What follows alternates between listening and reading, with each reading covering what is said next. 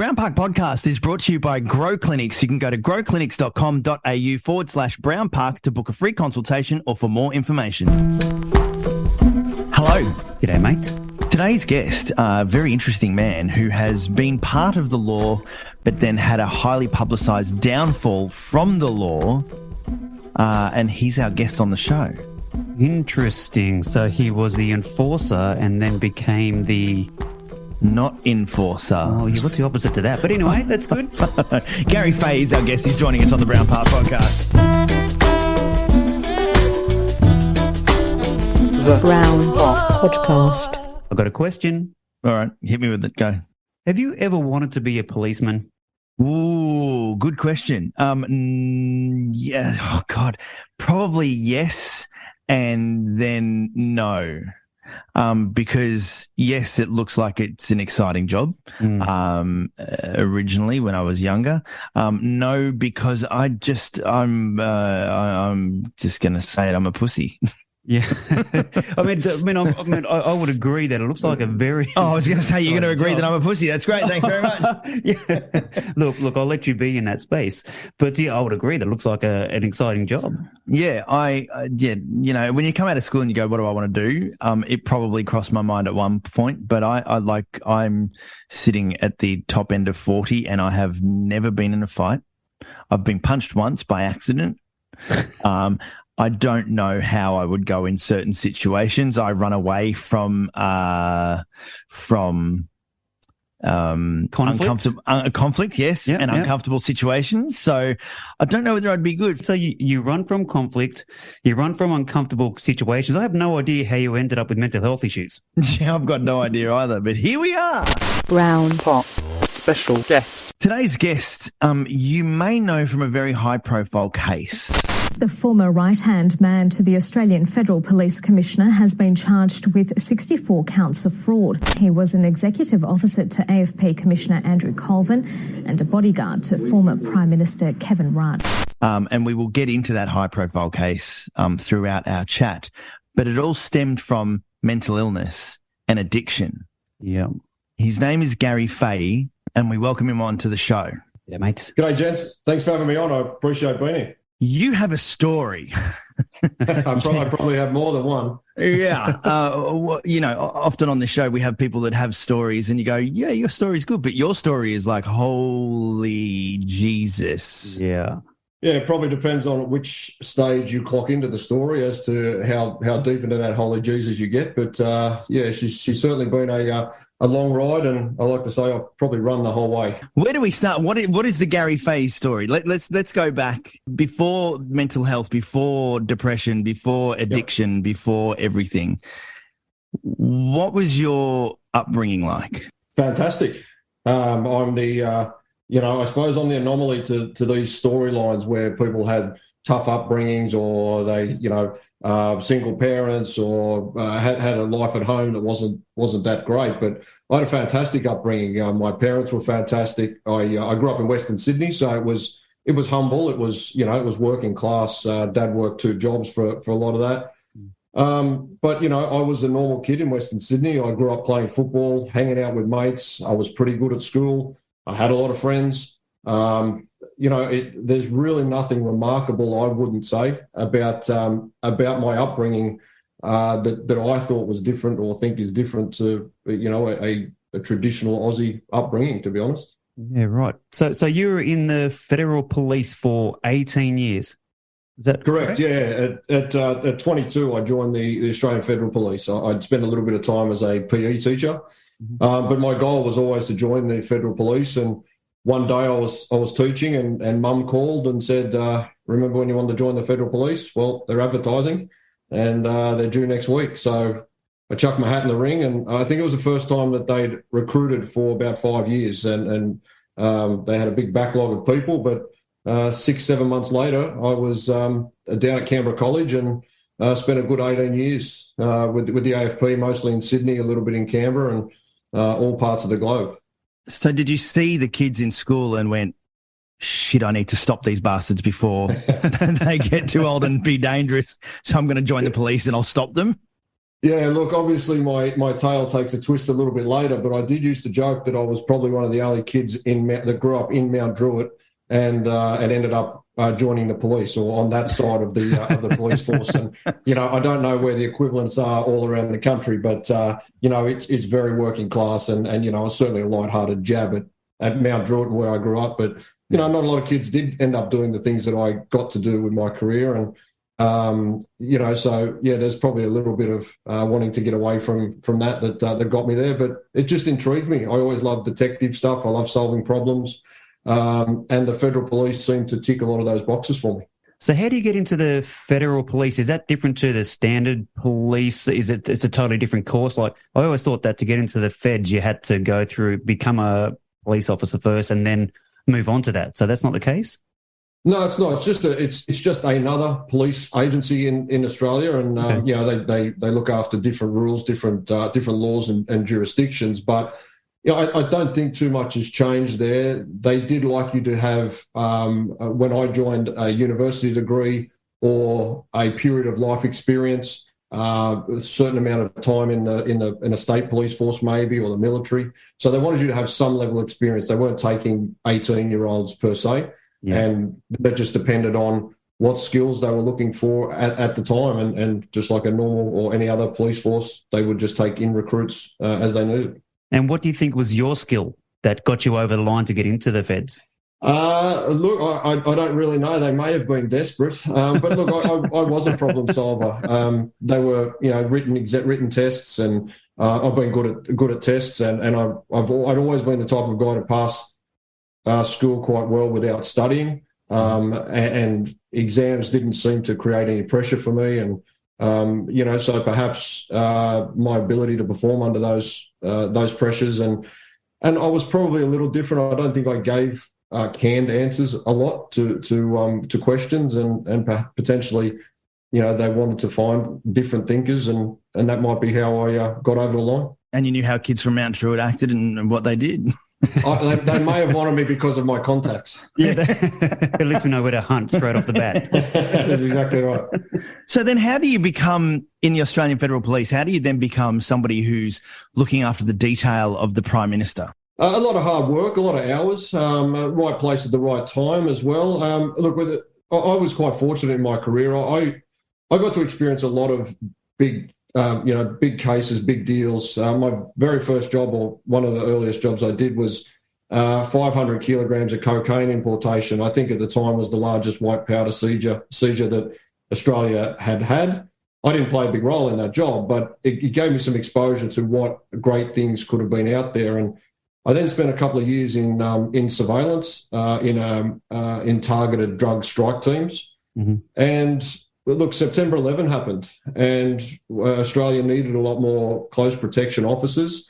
I'd always been interested in getting into it, but it was a very difficult area to get into, except for the fact that September 11 happened, and we were, drastically short of staff to fulfil the requirements. And so I think it was around 2002, I transitioned over and did close protection training. Right place at the right time. As I said, I worked my ass off. I spent, I went to Indonesia 6 days after our embassy was bombed. I went to East Timor on 3 hours' notice when there was, blow-ups there. And so I was always the guy that would say yes, and I know that's a little bit part of your guys' story as well. But, I did say yes to almost everything. There's, my idea was if it's an opportunity, I'm going to take it. And, I think sometimes when you're a person who says yes, when there's a job that needs to be done, you tend to get asked. So you were literally like the protection for Kevin Rudd at the time, weren't you? Yeah, correct. I started on Kevin's team for the election in 2007, and when he won the election, I became one of 3 team leaders that ran Kevin's protection detail. What's that like? I mean, okay. Is it boring or is it exciting? Because I'd imagine there's a lot of preparation. It's a little from column A, a little from column B. I mean, these guys are extremely busy, but a lot of people go to them, which means you spend a lot of time sitting outside their office. Mm-hmm. But it's also, there is a lot of preparation. There's a lot of planning. There's a lot of intelligence that goes into it.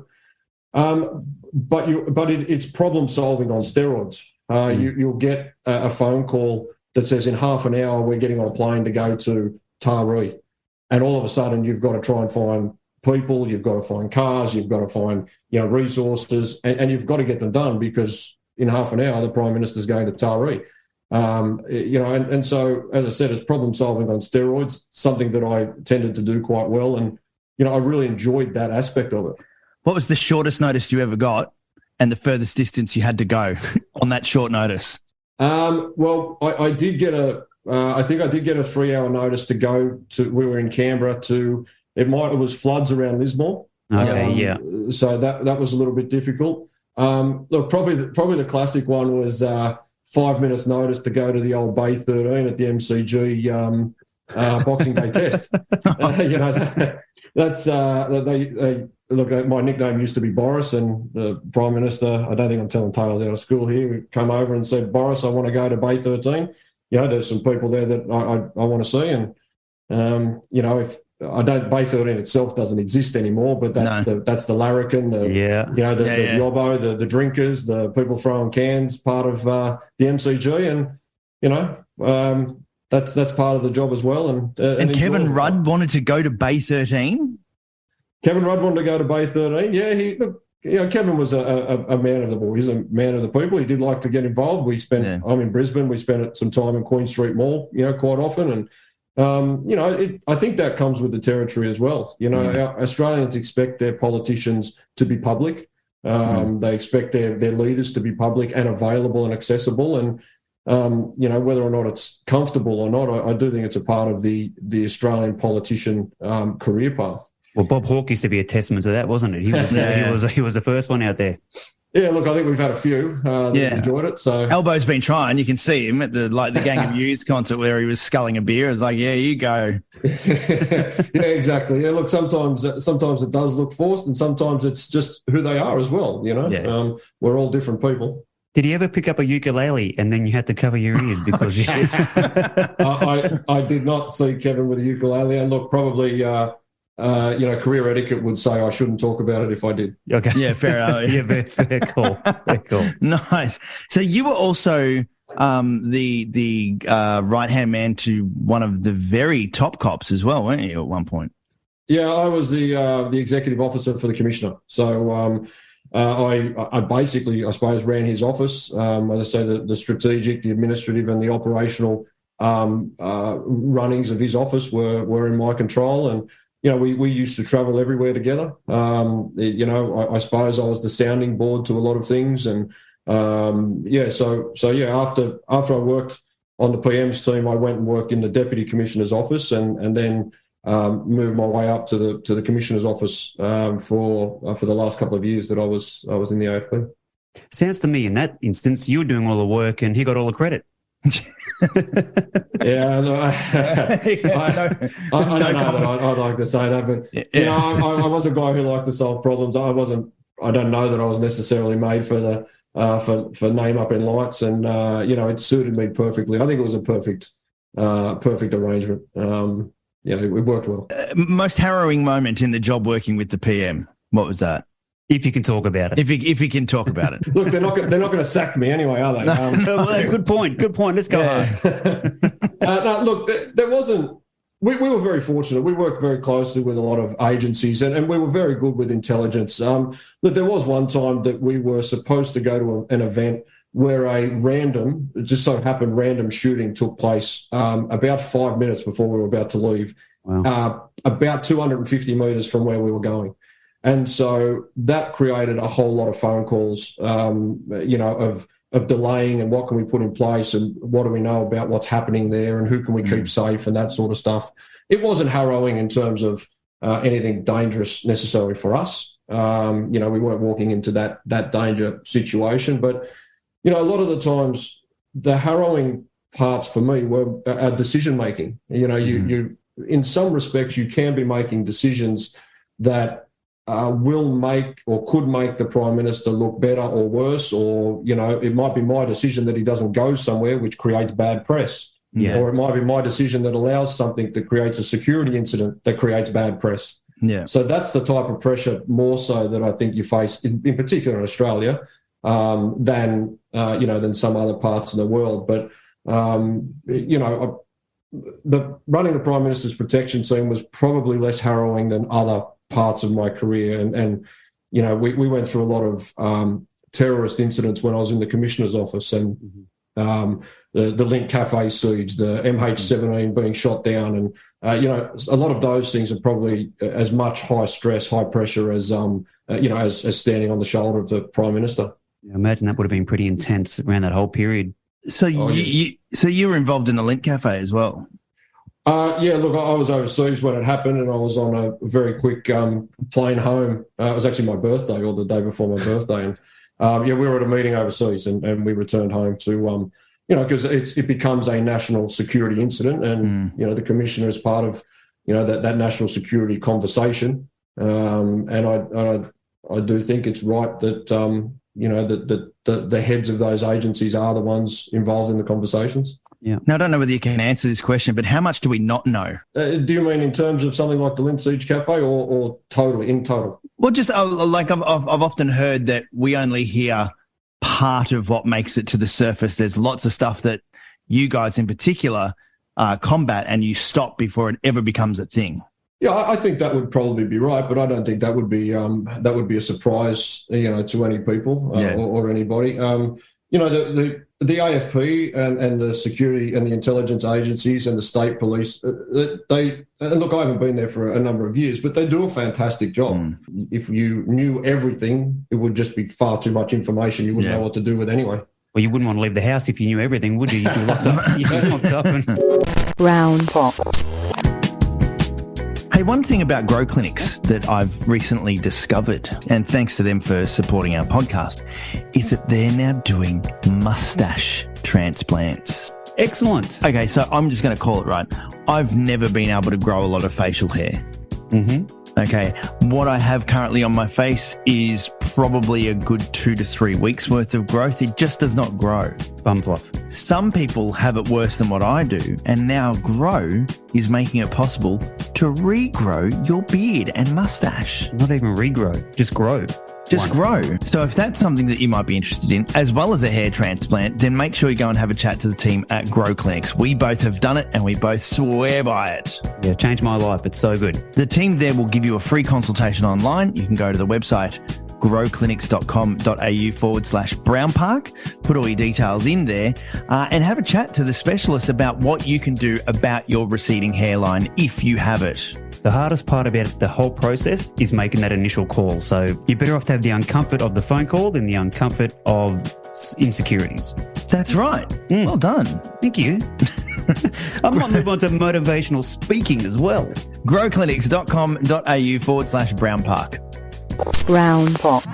At what point did your mental health start to suffer? And was it as a result of this job, or was it something that had always sort of been lingering and this was a trigger point to it, or what? Because in amongst that, there is another story that has been told very publicly, but I just wanted to sort of see what led to those moments. Yeah, look, I spent 10 years, and I spent 10 years silently battling a major depressive disorder. Strangely enough, that 10 years was the most successful of my career. Was it? So yeah.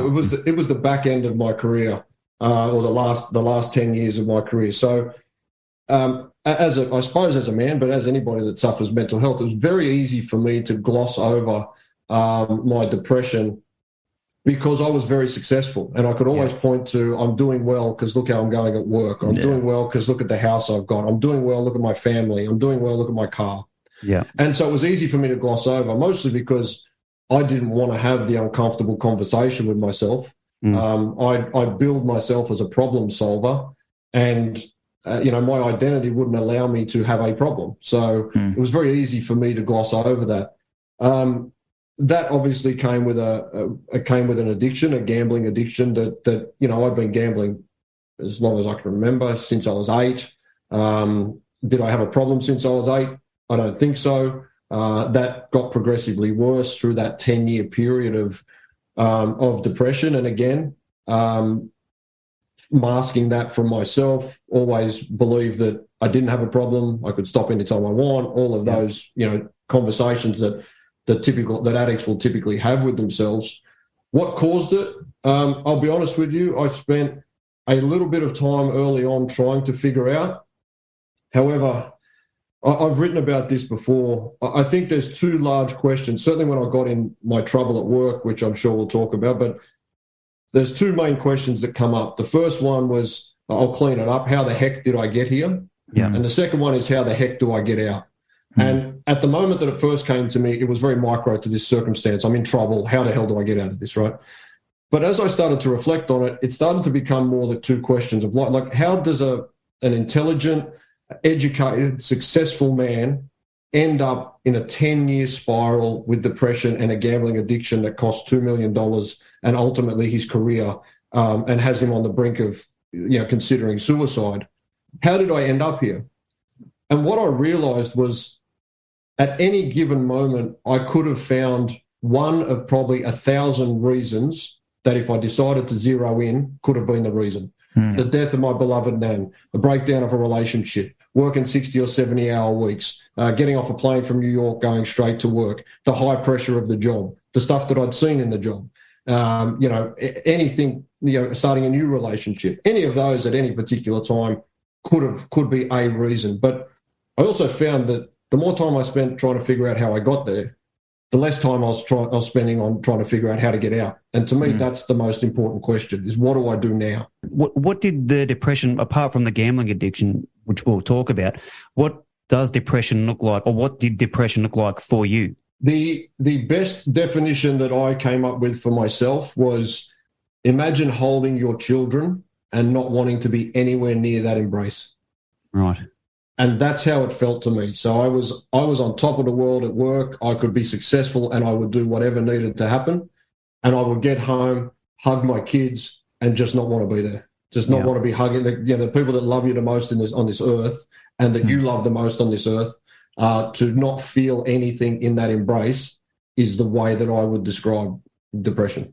Wow. So so you said before we'll probably end up talking about it, but how did you get to the point that you got to where you lost your job as a result of the gambling? Yeah, sure. Look, as I said, I'd been gambling for a long time in my life. It was part of where I grew up, I suppose, or the things that we did growing up. And, psychologists will tell me it probably had a part to play in me forming that addiction. But, again, as I pointed out before, I had my first cigarette when I was 8. I probably snuck a drink of my dad's beer when I was 4, and I don't smoke and I barely drink. So I'm not sure that early exposure is the key here. But what I found was that for me, gambling was the one way that I could turn the noise off. Mm-hmm. And by noise, I mean it was just like white noise in my head. My brain just would never stop. And maybe that was as a result of the work that I was doing, but I was always afraid to be alone with my own mind. And gambling was what I would now call a mindful practice. It wasn't a very productive practice, mindful practice. It was mindless. It was a way that my mind could switch off.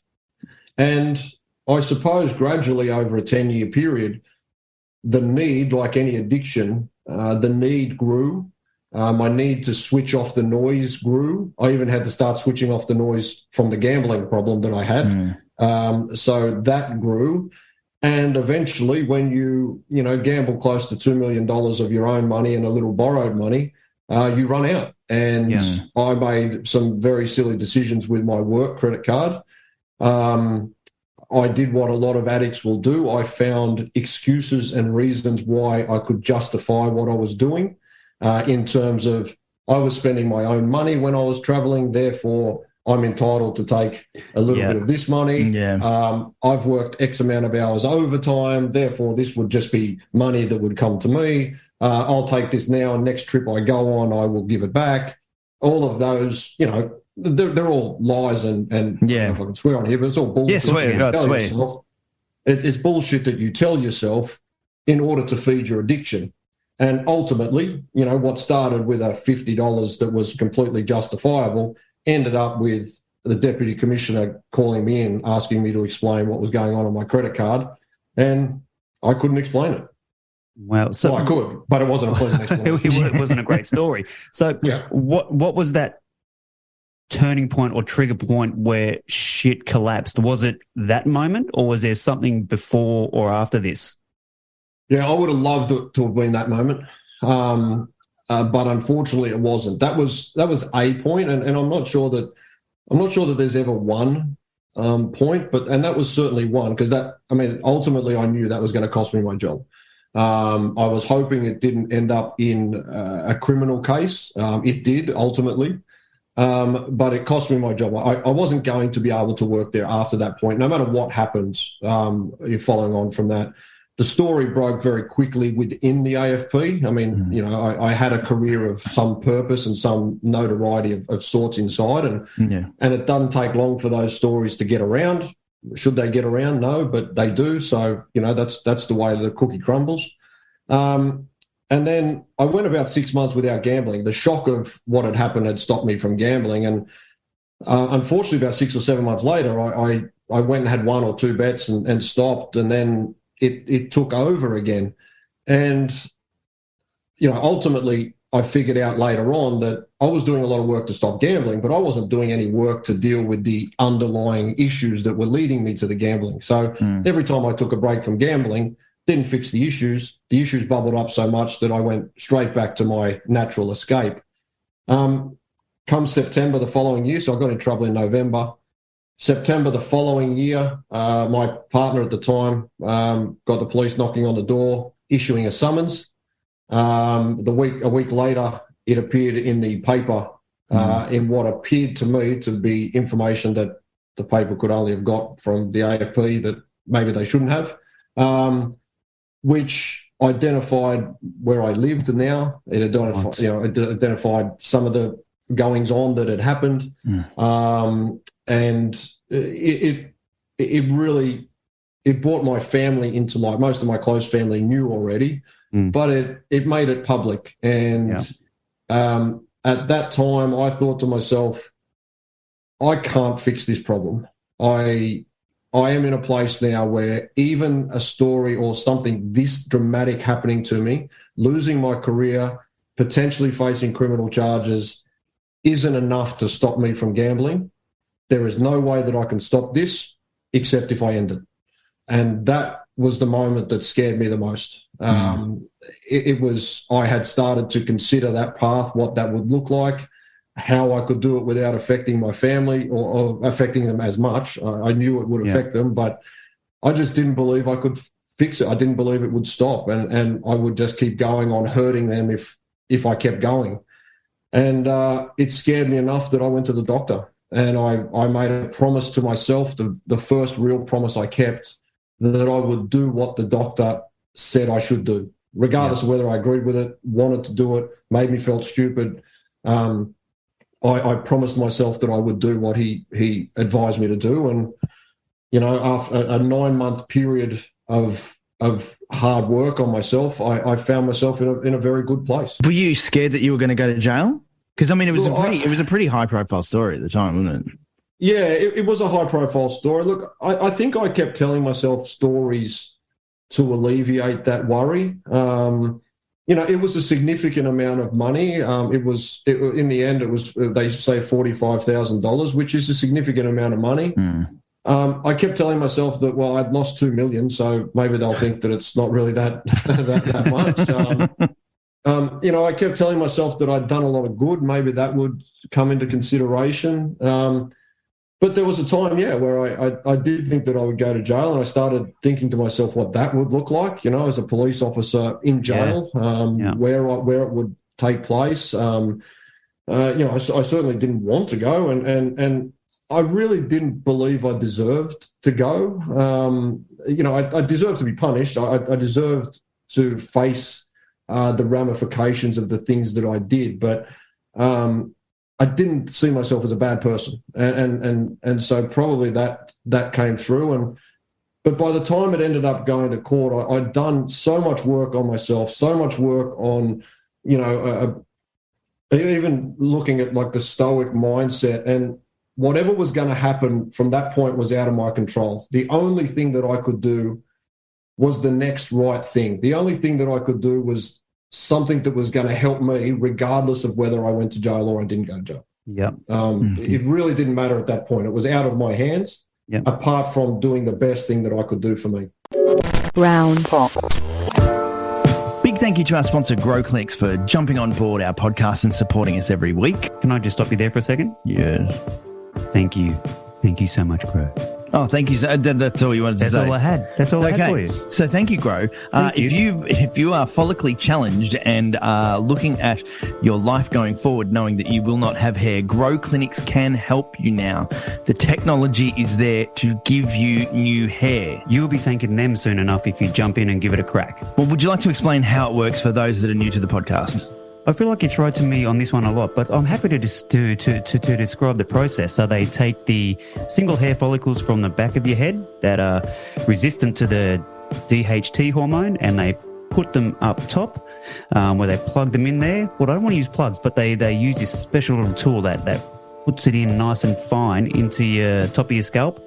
And they build your hairline, and it lasts forever because those hair follicles are resistant to that DHT hormone. So there you go. I throw that to you because you explain it the best. But growclinics.com.au/Brown Park is where you can go to get a free consultation and have a chat with somebody if you are looking at a life with no hair. You know why I know so much? Because I researched it so much before I jumped into actually doing it. So by the time I got there, I knew what I was in for. He's a professional. Take his word for it. Thank you, Grow Clinics. I'm waiting for the job offer. Yeah, growclinics.com.au/Brown Park. Brown Park. How did you then find yourself on SAS Australia after all that? Well, his skill set was pretty good for it. Yeah, I know, right? Yeah, unfortunately, my age and fitness wasn't. But yeah. Look, it's as I said, I probably do have a number of stories, as we go through. The show itself was, I find, I love the British version of the show. That's what I was exposed to first. Yeah. And what I loved about the show, twofold. One was they took broken people, men at the start, and then it became men and women. And they took broken people and they exposed themselves to themselves in sometimes in brutal fashion. Mm. But I did find that when people were exposed to themselves brutally, they had breakthroughs and relief, and they became better people at the end of it. And there was a part of me that believed that I'd gone through that. By the time I went on, I'd gone through that process in some way myself, and it was a part of my own story. I also love the directing staff had all had some level of adversity post their operational career, which resonated a lot with me. And they had rebuilt their own lives and their own identities and created a new life of purpose from having a downtrodden moment after their success.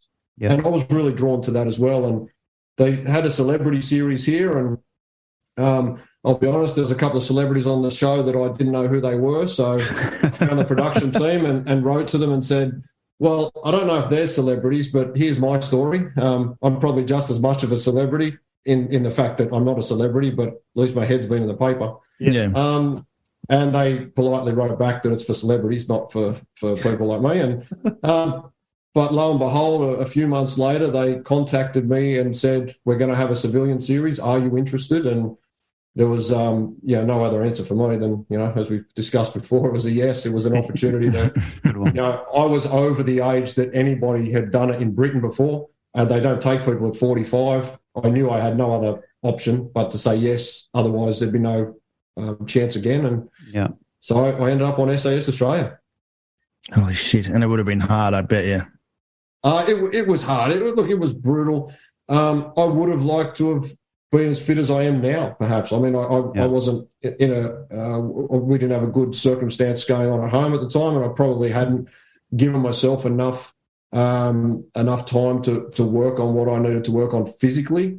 I was really hoping to be challenged by a longer series, the way I'd seen on the British show, the mental challenges of the interrogation and that sort of stuff. That didn't eventuate in our show, but it's an experience that was very brutal on an old fat fella, I suppose. Because you often find, and I've often thought, oh yeah, it's a great show, but just behind them is like a Sheraton, and they all, at the end of the day of the filming, they go straight to the Sheraton and they have their hot pool and a hot tub and whatever. But it's not like that on that one, is it? Maybe the celebrity series is, but no, it's not. And look, the celebs aren't. I know a couple of them. The celebs aren't either. It's. I don't know how other reality shows. I know a little bit how some of the police reality shows are done. this is as close to real as possible. You had no interaction with the directing staff unless they were yelling at you. There wasn't a camera shut off and then we had a conversation with them. We saw them when the camera showed them turning up, and everything was as is, pretty much. I mean, I'm sure there was some editing that took place, but it was reflected as close to what happened as possible. No producer ever told me to re-say something, redo something. Can you stand there? None of that. It was pretty much what you see. In fact, it was worse, to be honest. Yeah, that was exactly like when we interviewed Drew Brower from Maths. Just like that. I imagine that, having seen about 4 episodes of Maths, I think it would be the same. Yeah, just as physically exerting. I know that. Probably more mentally taxing. So post all of this, you're without your job. You're without what you've been doing for God knows how long. How do you then reinvent the wheel? How do you come back and go, okay, so this is what I'm going to do? You realign yourself. You reassess yourself. You reprioritize and refocus. You go about a path of rebuilding your self-confidence, about consciously building or rebuilding your identity, and then creating and consciously building your purpose. And I ended up doing what I now do, coaching and counselling in the mind strength space, mental health space, peak performance space. But for a little while, I owned a gym. As I said, I was a PE teacher, and health and fitness and health science is part of my background. So I went into that first because it was all I knew, and I didn't think people would be hiring me, so I had my own business. And then out of that, I started coaching people more for their mental health than I did their physical health. And having gone through the journey, I found that my story resonated with a lot of people.